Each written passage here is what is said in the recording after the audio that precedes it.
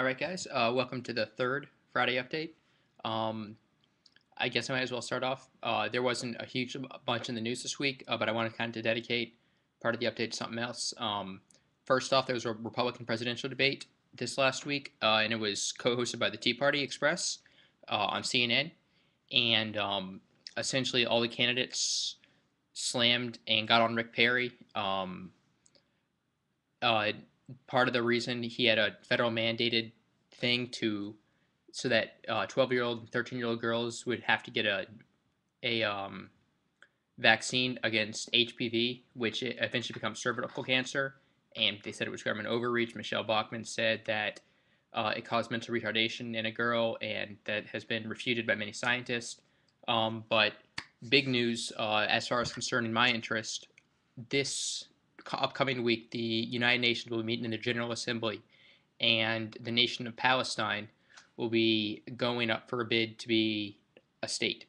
Now, they believe that they can get the two-thirds support to get through the General Assembly, but then they have to go to Security Council, which is a member of five countries: U.S., U.K., China, Russia, France. And the U.S. has said that, and that's called the Security Council. And the U.S. has said that they will veto it. Now, on the Security Council, you only need one veto to knock down an entire bill. So the U.S. Their threat of veto is going to hurt Palestine's bid.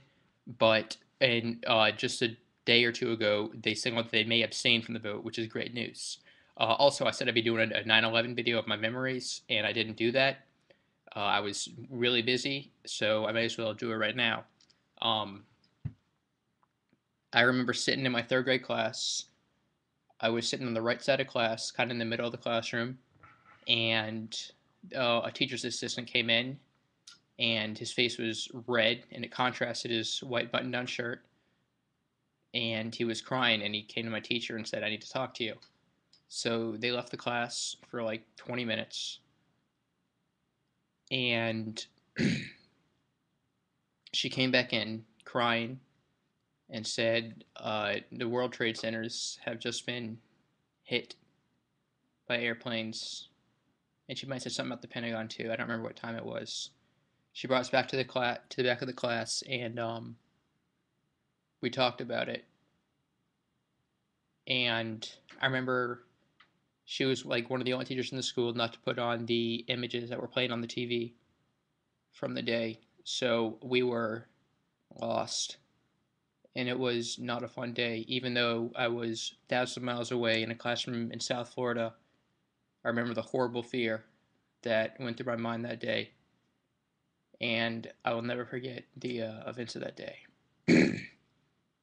So, that was Friday update, and stay tuned for more videos, and I'll see you when I see you.